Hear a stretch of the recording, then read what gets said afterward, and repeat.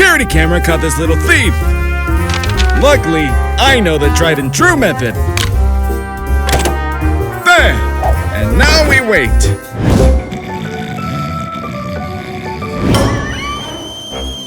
Ah, nuts to this! Let's go with another classic.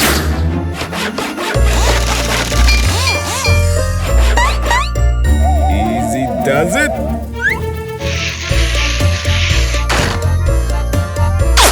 There, now we wait. Sweet tech savory!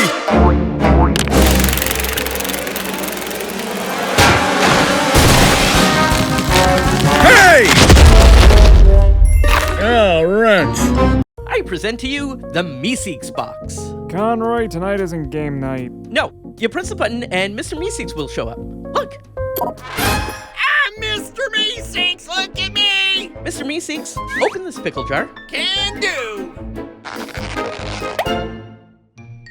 Sweet release! Jiminy Crickets! What happened to him? Once he fulfills his task, he disappears. That's disturbing. But cool. Here, you try. I'm Mr. Meeseeks, look Yeah, I get the gist. Mr. Meeseeks, do my history report. Can do! I don't think so. You kids need to learn responsibility. No helpers. Doggy, no! If he doesn't do his task, he'll go crazy. Mama, pass the gravy. I'll be in my room.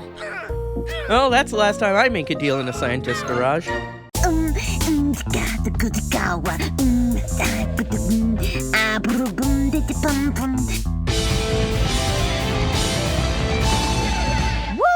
Whoa! What is that? This? It's Guitar Hero. It was the coolest way to rock out. I thought that's what we were doing. You actually pay money for that? And you're gonna use your hands? It's like a baby's toy. Ha! You're criticizing me for playing with old stuff? Friday Night Funkin' is just Power Up Out of the Rapper mixed with DDR. I don't even know what those are. You're just saying words now.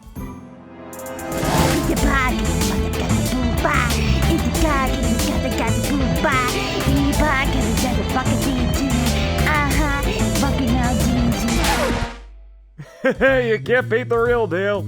Everything else just sounds flat to me.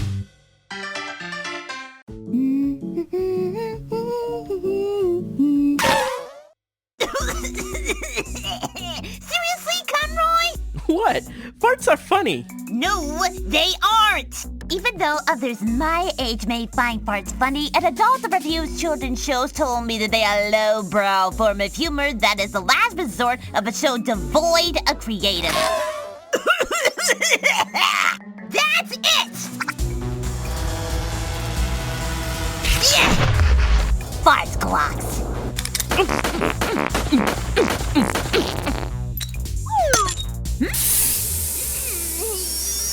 Fart bomb. Fart cannon!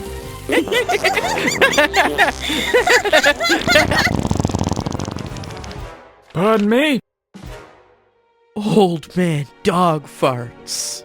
Fart war is hell. With these Chaos Emeralds, I'll be able to turn into Super Conroy, and then I'll become the fastest thing alive!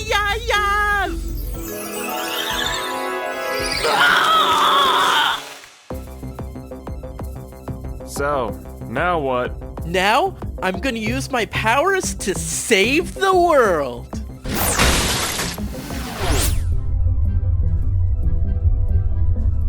I hope I can get the hang of this. Whoop. Woohoo! Sega!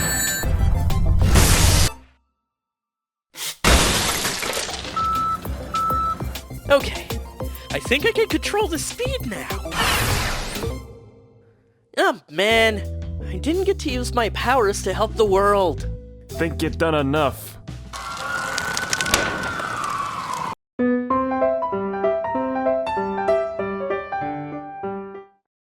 Owl House? What kind of title is that?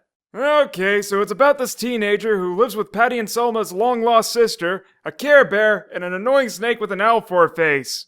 Then she meets some friends like Poison Ivy, Minnie Saka, and the Horn King from Black Cauldron. I don't know about you, but there's too much weirdness going on. And I'm from the rubber hose era! I'm not kidding, there's some crazy nightmare fuel that would make Pennywise wet himself! I get that it's riding on the rails of Gravity Falls in terms of mixing humor with horror, but we need something more wholesome and kid-friendly. I know! Let's bring back Minnie the Moocher! Now that's good, clean family fun! Da, da, da, da, da, da, da, da.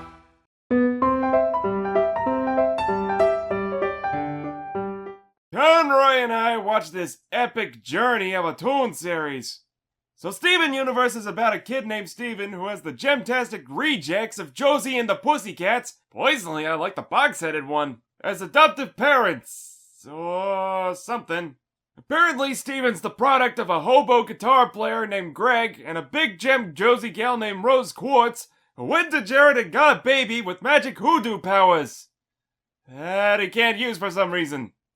Seriously, this show lost me since the first episode! How the heck can Steven use his powers without even knowing how to use them? Actually, it's explained in a later episode that most of his powers come from extreme emotions of caring. It's practically hinted every other episode. Okay, so why did the crazy gem ladies raise Steven when his dad is around and about? Because he doesn't want to get involved in the gems' business. Plus, the gems vowed to protect the reincarnation/child of their leader, Rose Quartz. And how about the fact that the purple one and the neurotic one getting into more fights than Scrappy-Doo in the entire universe? Amethyst was a creation from gem technology bent on creating gem colonies on Earth while wiping out any non-gem life on the planet. Just what the Hagen? Many more questions about plot points later. Ah, so that's why everything is the way they are in this show. Yep. Ah, well, it doesn't change the fact that I hate this bright mess of a moving show anyway. Only now I hate it and know everything that's going to happen instead of hating it while wondering what could be in that crazy plot web. And what's with everyone crying? Jeez, someone call the wambulance. Yeah, okay. Well, I like this show, and if I were to give it a score, it'd be... Great.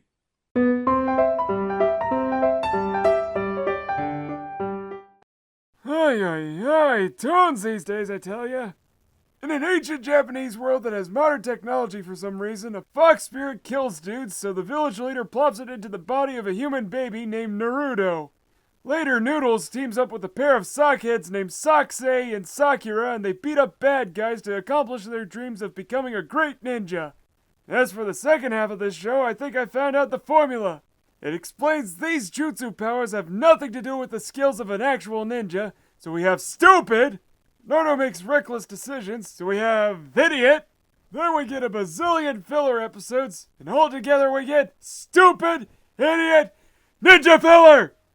I wasn't invested in the plot and the world building, it's total bupkiss! You youngins should be learning your kiss and make up no jutsu! Jeesh, this show! Okay, riddle me this, kiddos. How important are card games? Not very? Well, congratulations, you all have lives. But not the people in this show, oh no. In this show, card games are a matter of life and death. Literally. This show, Yujio, takes place in a world where this card game is the most popular thing ever, and we follow around a bug-eyed twerp with the craziest hair you'll ever see, called Yugi. He differs from the other card-loving eggheads for the fact that he has some kind of weird Jekyll and Hyde split personality deal involving a reincarnated pharaoh. It only gets crazier from there. Yugi and his friends travel about dueling in this game trying to defeat a fake British guy called Pegasus. And even though it shouldn't, things get insanely complicated from there on in, involving ancient gods, vendettas, and the creepiest rendition of Pinocchio ever. All you need to know is that every problem ever is resolved with a card game, no matter how high or low the stakes. Rich guy steals a grandpappy's album? Break out the cards. Friend gets kidnapped by terrorists? You better shuffle that deck, Jack. Heck, I bet you a nickel that these bozos will play cards over the last slice of pizza. Okay, I admit it. I was into this show, mostly because I like Yugi's story. A boy possessed by an ancient spirit that helps him fight his battles. That could make for a great series on its own. But unfortunately, we're stuck watching people play a card game. All it is people telling their opponents and the audience what each card does, have their friends explain it again, and then when they attack, the opponent activates a trap, and etc, etc. And what's weird is that almost every threat the hero faces all comes down to people having to play a children's card game. And everyone plays the game. Even corporate CEOs looking for revenge, challenging people at this game.